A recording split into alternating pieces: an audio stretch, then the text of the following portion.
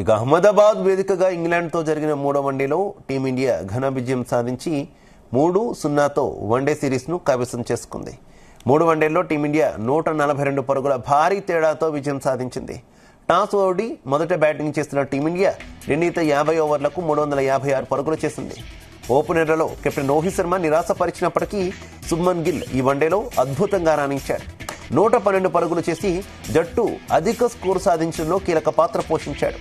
ఇక విరాట్ కోహ్లీ 52, శ్రేయస్ అయ్యర్ 78, కేఎల్ రాహుల్ 40 పరుగులు చేశారు. 357 పరుగుల లక్ష్యంతో బ్యాటింగ్కు దిగిన ఇంగ్లాండ్ జట్టు లక్ష్య ఛేదనలో మొదటి నుంచి తడబడుతూ వచ్చింది. ఇంగ్లాండ్ కేవలం 214 పరుగులు మాత్రమే చేసి ఆలౌట్ అయింది. ఫిలిప్ 23, డకట్ 34, అలాగే బంటన్ 38, రూట్ 24 మినహా మిగతా ప్లేయర్లు తక్కువ స్కోర్లకే పరిమితమయ్యారు. ఇంగ్లాండ్తో జరిగిన టీ20 సిరీస్ని 4-1 తేడాతో గెలిచిన టీమిండియా వన్డే సిరీస్ను మాత్రం క్లీన్ స్వీప్ చేసింది.